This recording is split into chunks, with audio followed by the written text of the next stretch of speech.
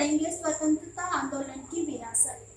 जैसा कि आपको विदित है कि 1947 में भारत की स्वतंत्रता विश्व इतिहास की महत्वपूर्ण घटना के रूप में देखी जाती है। इसे यदि एक क्रांति की संज्ञा दी जाए तो कोई अत्युक्ति नहीं होगी। स्वतंत्रता के साथ ही भारत के नवनिर्माण की प्रक्रिया आरंभ हुई। स्वतंत्रता आंदोलन के दौरान जो राजनीतिक, आर्थिक, सामाजिक व सांस्कृतिक, वैचारिक एवं दार्शनिक मूल्य विकसित हुए, वही भारत के भविष्य का निर्धारण का आधार बने। 1919 के पश्चात इस जन आंदोलन का निर्माण हुआ। इस धारणा के आसपास ही आम जनता को राजनीति और उनके अपने मुक्ति के प्रयासों में स्वयं सक्रिय भूमिका निभाई। 19वीं सदी के धर्म व समाज सुधार आंदोलन को राष्ट्रवाद की प्रेरक शक्ति के रूप में देखना उपयुक्त होगा। इस दौरान स्वधर्म, स्वभाषा, स्वराज, स्वदेशी, स्वदर्शन व स्वराष्ट्र की अभिधानाएं पुष्टि हुई। 1885 में भारतीय राष्ट्रीय कांग्रेस की स्थापना हुई और सही अर्थों में संगठित राष्ट्रवाद का उदय हुआ। इसके उपरांत स्वतंत्रता आंदोलन विभिन्न सोपानों व परिदेशों के मध्य होकर गुजरा।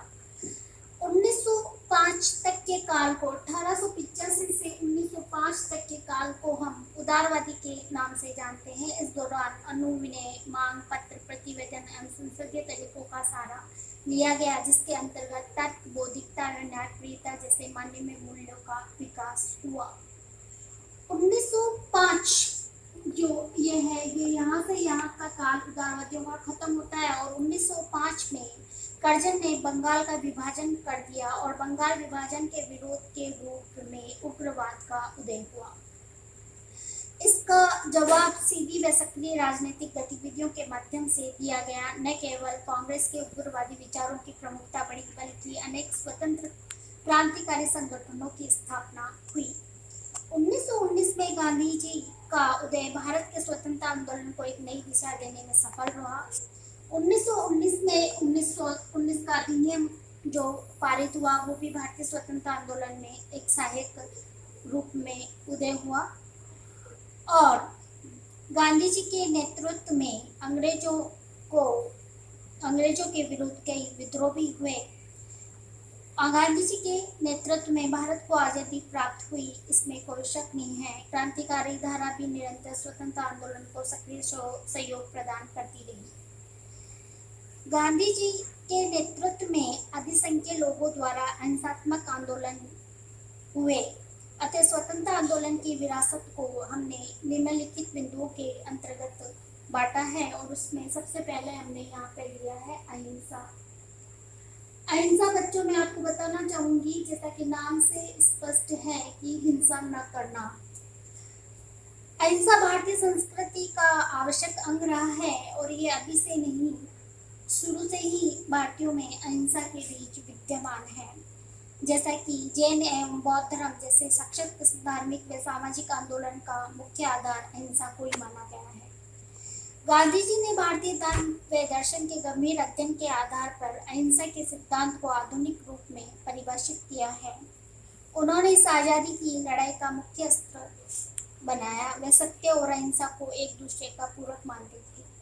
उनके अनुसार सत्य ही ईश्वर है था एवं सत्य के लिए संघर्ष अहिंसात्मक तरीके से ही संभव था। अंग्रेजी सत्ता एवं शक्तिमान सत्ता थी, जिसके विरुद्ध हथियारों अथवा हिंसात्मक तरीकों से संघर्ष की सफलता संदिग्ध थी। अतः गांधी जी ने अहिंसा को अपने संघर्ष का आधार बनाया। वे अहिंसा को कायरों का दर्शन न मानकर वीरों का दर्शन मानते थे। विश्व इतिहास में जब हम क्रांतियों का इतिहास पढ़ते हैं तो हिंसात्मक साधनों की सफलता सामने आती है। ये प्रथम प्रयास था जब गांधी जी ने अहिंसक क्रांति के द्वारा आजादी प्राप्त करने की योजना बनाई। अहिंसा से ही सत्याग्रह का जन्म हुआ। गांधी जी के समकालीन हिंसात्मक विचारधाराओं भी भारत में विद्यमान थी, जिनसे युवा वर्ग बहुत अधिक प्रभावित हुआ। इनमें अल्पसंख्यक में किसान और मजदूर भी सम्मिलित थे, किंतु भारतीय समाज के अधिसंख्यक वर्गों और समुदाय ने गांधी जी को अहिंसा नीति को अपनाया। अहिंसा का सिद्धांत कोई नवीन सिद्धांत नहीं था, किंतु गांधी जी ने इसे राजनीतिक और राष्ट्रीय जीवन में लागू करने का सम्मानुकूल प्रयास किया। गांधी दर्शन स्वतंत्रता के पश्चात भारत के सामाजिक और सांस्कृतिक मूल्य के रूप में स्थापित हुआ। सत्य गांधी जी के चिंतन का प्रमुख आधार स्तंभ था। इनके अनुसार सत्य एवं ईश्वर एक दूसरे के पूरक हैं एवं पूर्णतः एक दूसरे पर निर्भर है। सामान्यतः सत्य का शाब्दिक अर्थ सच है, किंतु गांधी जी ने सत्य का प्रयोग व्यापक रूप में किया। इनके अनुसार सत्य वही है जो मनुष्य के विचारों एवं वाणी एवं व्यवहार में हो। सत्य हमारे जीवन का प्राण है और इसको पूर्णतः समझ लेना चाहिए। सत्य में संपूर्ण ज्ञान का समावेश होता है। सत्य की खोज ने गांधी जी को अहिंसा के सिद्धांत में प्रगाढ़ता से ज्ञान का समावेश किया। गांधी जी के मन में अहिंसा की अवधारणा कैसे उत्पन्न हुई, इस संदर्भ में उन्होंने स्वयं कहा है, निकला तो सत्य की खोज में, लेकिन अहिंसा मिल गई। एक दरवाजा मिला, वह बंद था, चाबी अहिंसा थी, और जब तक उस दरवाजे में से नहीं जाता तो सत्य का दर्शन मुझे नहीं होता। अहिंसा को एक निश्चित सिद्धांत या आदर्श के रूप में जाना जाता है, अपितु ये एक व्यवहारिक ज्ञान है जिसको मनुष्य अपने जीवन के प्रत्येक क्षण एवं परिस्थितियों में अपना सकता है। इसी बात पर बल देते हुए गांधी जी ने कहा कि अहिंसा कोई जड़ सिद्धांत नहीं है, संयम द्वारा ही अहिंसा का पालन संभव है। संयम अपनी इंद्रियों पर विजय प्राप्त करने के उपरांत ही कायम होता है, और यह बात जैन धर्म और बौद्ध धर्म में भी कही गई है। गांधी जी के अनुसार अहिंसा और कायरता का कोई मेल नहीं है। पूरी तरह शस्त्र सज्जित व्यक्ति को कायर कहा जा सकता है, क्योंकि हथियार रखना कायरता नहीं तो कुछ डर का होना जाहिर करता है, परंतु सच्ची अहिंसा निर्भरता के बिना असंभव है।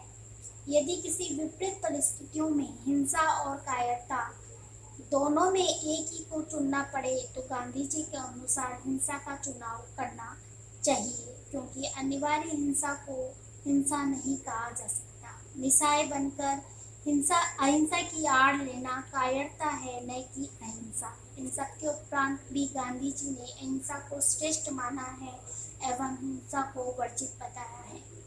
भारत की आजादी के संघर्ष में गांधी एवं अहिंसा की नेतृत्वकारी एवं निर्णायक भूमिका रही है। अतः स्वतंत्रता के पश्चात अहिंसा भारत के राजनीतिक मूल्यों का अभिन्न अंग बनकर उभरी।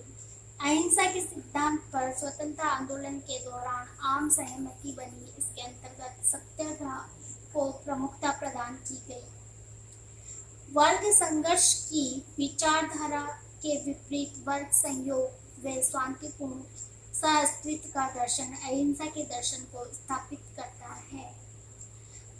स्वतंत्रता के पश्चात लोकतंत्र की स्थापना में अहिंसा के सिद्धांत का उपयोग किया गया। राज्य जिस शक्ति और हिंसा का प्रतीक माना है, उसे अधिक से अधिक लोकतांत्रिक बनाकर अहिंसात्मक बनाया जा सकता है, अर्थात लोक कल्याणकारी राज्य की स्थापना अहिंसा के सिद्धांत से प्रेरित है।